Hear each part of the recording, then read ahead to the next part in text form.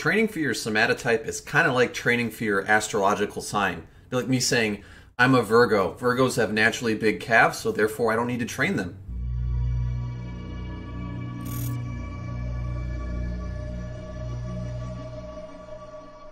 Okay, so we're talking about the popular topic today, somatotypes. It's basically a concept that was started in the 1940s by a psychologist. Didn't really have anything seemingly to do with fitness or physiology, so it's kind of interesting how the fitness industry adapted this concept.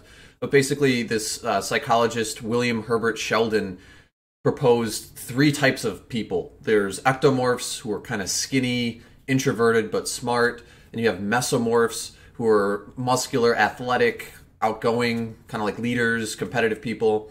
And you got endomorphs, who are fat or overweight, outgoing, but greedy. It's kind of a bizarre concept when you look at it in totality versus in the fitness industry, people are usually just looking at what do you look like and how do you train for your specific body type. Now, it's important to note that this whole entire concept is pseudoscience. It's not real science. It's just as valid as, say, astrology. And so it's really bunk, and you shouldn't follow it, and it has no merit whatsoever on where you're currently at or where you're able to go. So just because you might see yourself as a skinnier person, I think it's pretty obvious you wouldn't be able to draw conclusions about your personality type based on that alone. And in the same vein, just because you're a skinnier person now, maybe you'd see yourself as an ectomorph, doesn't mean that you're destined to be an ectomorph, or there's some kind of a magical process you need to follow in order to transcend and move beyond being an ectomorph to maybe moving into a mesomorph or something like that. That's completely bunk. And when you look at basic physiology, it's pretty easy to understand this. For example, if you're a skinny person, you want to gain weight and be more muscular, well, you just do basic things like eat plenty of calories, plenty of protein, train hard, and get plenty of sleep. Over time, you're going to adapt to that, and you're going to grow bigger and stronger. And the same is true across all of these categories. So if you see yourself as a little bit more muscular, a little bit more overweight, you're going to want to tailor your training and your nutrition according to those goals, but it isn't like you have to follow some kind of a set process that is specific just for your body type. Calories still matter if you're an endomorph or a mesomorph or an ectomorph, even though those categories don't really exist. But if that's how you see yourself, you're going to have to do the same things just in kind of that direction. And so I think it's important to also note that it's pretty easy to kind of debunk this just by looking at people. Most people do not fit into three even neat categories. There's how many billions of people in the world, and this idea that every single one of them can be broken down into one of these categories, it just seems really bizarre and really strange. And the thing that drives me nuts with this whole topic is you see on Instagram time and time again, or on other forms of social media, people trying to sell programs to help you according to your body type. That's just an easy way to make money off of people's ignorance, and it's a really scummy thing to do. So don't fall for that crap. It's completely unnecessary, and it's just another example of one of the rampant myths in the fitness industry that won't die. So I guess moving along from that, basic things that people often overlook that might make a difference in terms of where you're at and where you want to go. Something as simple as someone not tracking how many calories they're eating and thinking that they're eating a lot of food might give you the impression that you're stuck in this category. I know that was the case for me for a long time as a skinny person. Couldn't gain weight, didn't really understand calories, and thought I was eating a lot more than I actually was.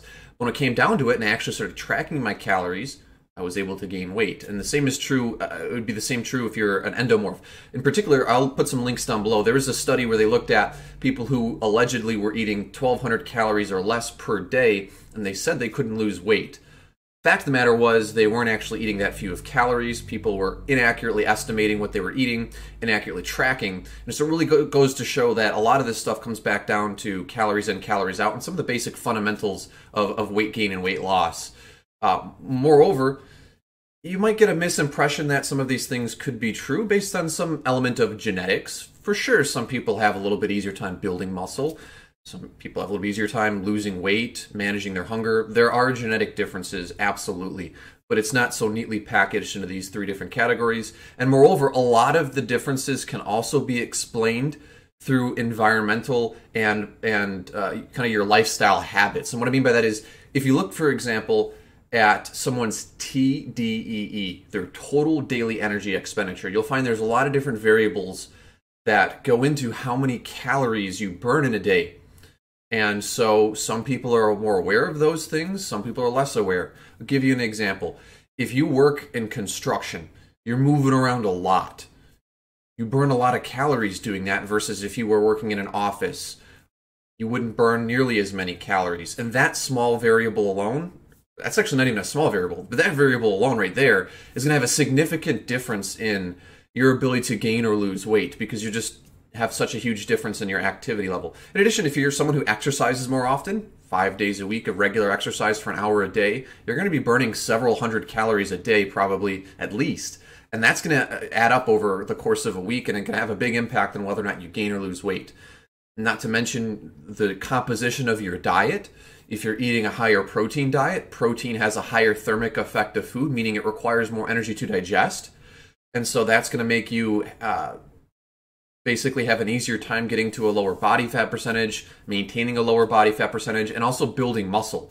So there's a lot of significant differences person to person, aside from just genetics, that can happen, and those differences can even shift over time. So again, kind of going back to the scenario with your job situation, you could have a different job situation over time.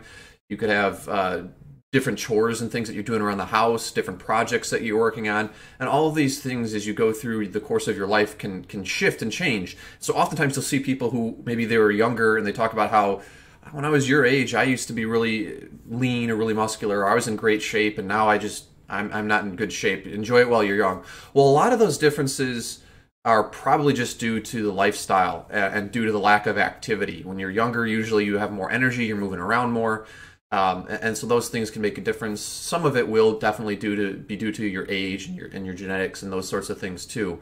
But the point is, if you focus on the things that you can control, you don't get yourself locked into this mindset of, I am stuck in this category and I've got to find the magic key, the magic solution to break me free of this category. Then you're going to be able to find out what you can focus on, spend the majority of your time and effort on, and actually make progress. So don't fool yourself. Don't get stuck into one of these mindsets like you're some kind of a victim or you can't really move beyond what you've been born into. A lot of that stuff is totally irrelevant and just a way for people to swindle you and make money off of it.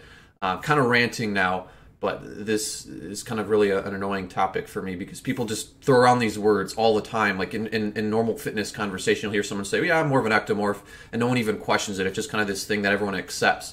But if you really sit down and you think about, what does that mean? Why are we thinking that?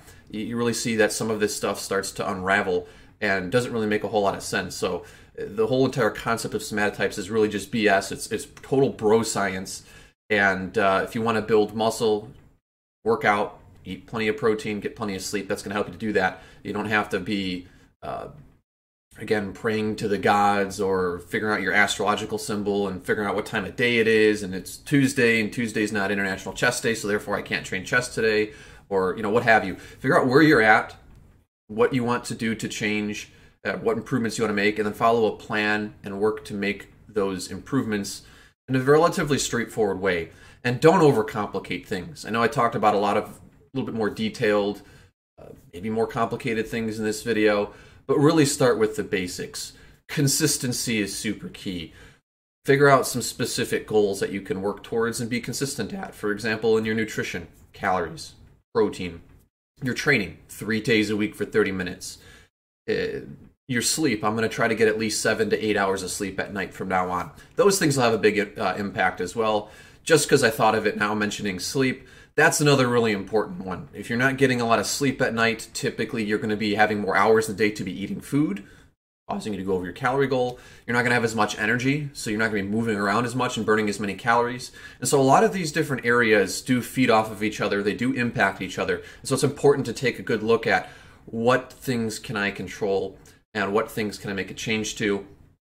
You're not going to need to lift in a certain rep range or lift with certain exercises if you're Ecto, Meso, or Endo.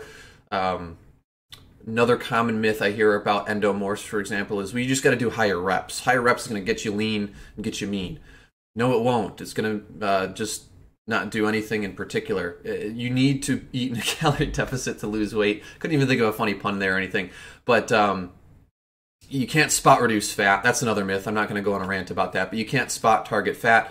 So doing higher reps is useless for that. Focus on your diet. I think that's the majority of what I wanted to say in this video. Don't want to get too off topic. I could rant about a lot of stuff. I'll save it for a future video though.